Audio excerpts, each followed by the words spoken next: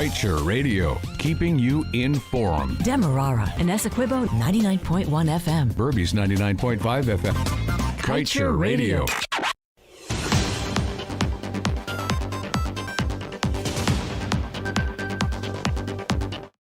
Hello, thank you for tuning in to Kaieteur Radio. I'm Kevin Smith. Welcome to your news at noon. These are the top stories we're tracking. 6 years later, Ram says Guyana has no independent oil sector regulator. Transparency law continues to be defanged. Georgetown Magistrates Courts closed until October 5th for sanitization, and the world's longest subsea cable to bring clean energy from Morocco to the UK.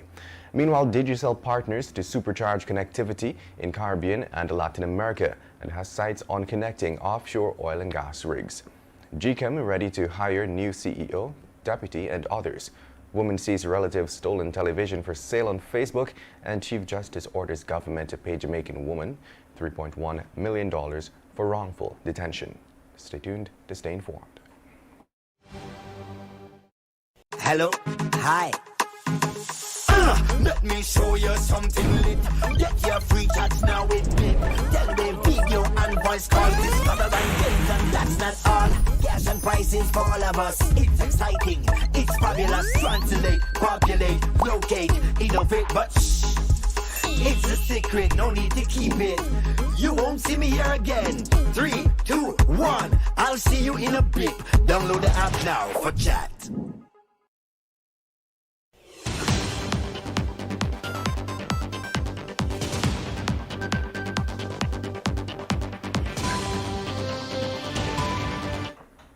And now for the news in detail. 6 years after the discovery of oil, Guyana remains without the legislative and regulatory framework essential to protect the oil industry against mismanagement and corruption. One of the key regulatory pieces that remain in limbo is the passage of the Petroleum Commission Bill that would pave the way for the appointment of an independent regulator. Chartered accountant and attorney-at-law Christopher Ram recently pointed to the importance of this crucial regulator while bemoaning the seeming unwillingness of the current government to get the ball rolling on this matter. Ram is of the firm conviction that this state of affairs, along with the absence of critical reports on ExxonMobil's local content performance and its production offshore, does not augur well for transparency and accountability, as promised by the Ali administration.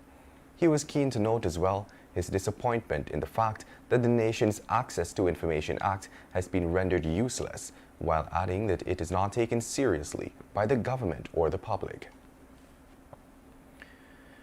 And in other news, a 10.5 gigawatt solar and wind farm will be built in Morocco's Guelmim Oued Noun region, and it will supply the UK with clean energy via subsea cables. The twin 1.8 gigawatt high voltage direct current subsea cables will be the world's longest. UK-based renewables company Xlink is the project's developer. The Xlink's Morocco-UK Power Project, as it's known, will cover an area around 579 square miles in Morocco.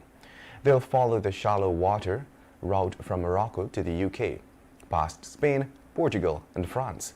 The project will cost $21.9 billion. Xlinks will construct 7 gigawatts of solar and 3.5 gigawatts of wind, along with on-site 20 gigawatts hour, 5 gigawatts battery storage in Morocco.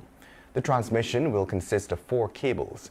The first cable will be active in early 2027, and the other 3 are slated to launch in 2029. That should be 2029, correct. And moving on. As of today, the Georgetown Magistrates Courts will be closed until October 5th to facilitate a process of sanitization. In the meantime, urgent matters will be done by way of remote hearings. This is according to a statement issued by the judiciary yesterday. This move comes after a number of employees tested positive for COVID-19. It is understood that court reporters are also being advised to get tested for the virus. For the filing of urgent matters, which include domestic violence applications and serious matters, contact can be made with the principal clerk of the court via telephone number 225-9127. The judiciary also advised that persons who have in-person hearings scheduled during this period can contact the principal clerk of the court or their lawyers. Meanwhile, payments for maintenance and uplifting of bail monies at the Georgetown Magistrates Courts will resume on October 5th.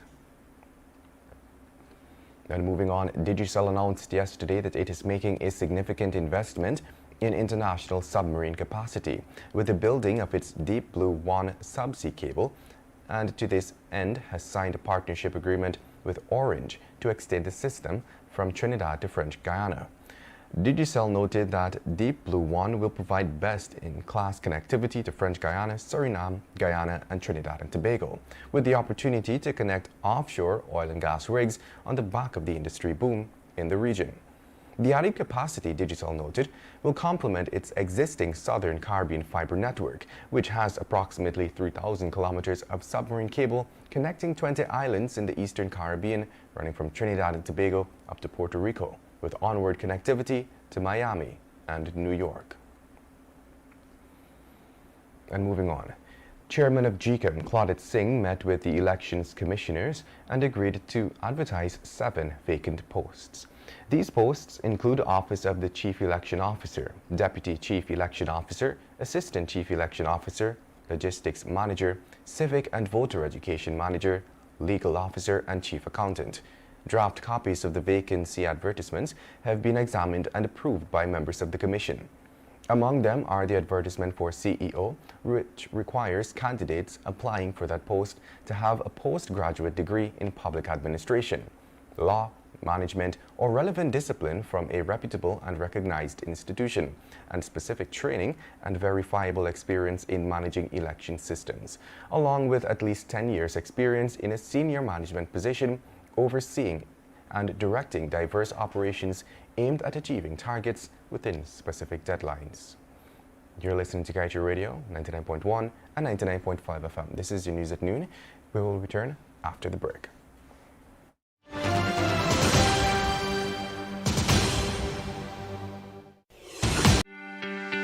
This is GHK Lal inviting you to join me weekdays from Monday to Friday on the National Outlook for commentary on a range of issues. Immediately after the 12 noon and 7 p.m. newscasts on Kaieteur Radio at 99.1 FM and 99.5 FM. Looking forward to you sharing in the conversation.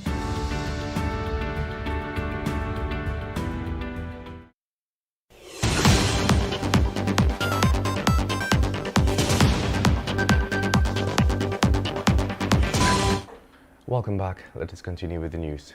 3 days after her relative's television set was reportedly stolen from their apartment, a woman found that it was being advertised for sale on Facebook and was in fact sold. The woman, who requested anonymity, said that last Thursday her relative's house, which is located in Diamond on the east bank of Demerara, was broken into and 2 television sets were taken. The woman decided to reach out to the seller, and while viewing the profile, she discovered that it was an individual who had passed in front of her relative's house on September 19th. The woman said that she was so sure that it was her relative's television because she recognized some of the markings on its side, and that the television was using a substitute remote, which she recognized in the seller's photo when it was advertised. Police are investigating the matter. Meanwhile, a Jamaican woman, Sandra Russell, who sued the state for unlawful detention and imprisonment, was secured a $3.1 million judgment in the High Court. Chief Justice Roxanne George Wiltshire ruled yesterday that Russell was unlawfully detained and deprived of her freedom of movement after she was held in custody for an additional 5 months after serving her 3.5-month sentence for trafficking marijuana. Russell had originally filed a claim for $70 million in damages, but Justice George Wiltshire awarded her compensation to the tune of $2.5 million for false imprisonment. The Jamaican woman was awarded an additional $600,000 for being subjected to inhumane and degrading treatment at the East La Penitence Police Station, bringing her total judgment to $3.1 million. In addition, the Attorney General, who was listed as a respondent in the matter, was ordered to pay $250,000 in costs. And now for your COVID-19 update, followed by the page 7 of the Kaieteur News. 5 more persons, all of whom were unvaccinated, are the latest COVID-19 fatalities. The ministry revealed that on September 28, 3 males, a 17-year-old and a 33-year-old from Region 3, and a 28-year-old from Region 4, along with a female from Region 10, passed away. The following day, a female also from Region 3 succumbed. Their deaths have now taken the country's COVID-19 death toll to 783. The ministry reported too that there are 279 new cases. Additionally, there are 31 patients in the COVID-19 ICU, 136 in institutional isolation, 3,926 in home isolation, and 11 in institutional quarantine.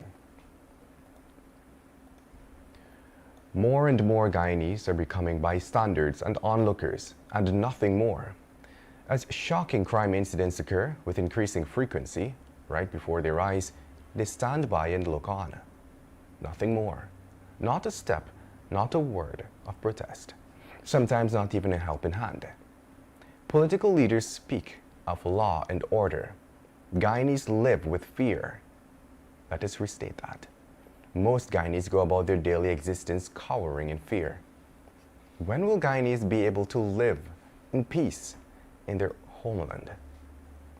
And with that, we've come to the end of today's News at Noon. I'm Kevin Smith. Thank you for listening.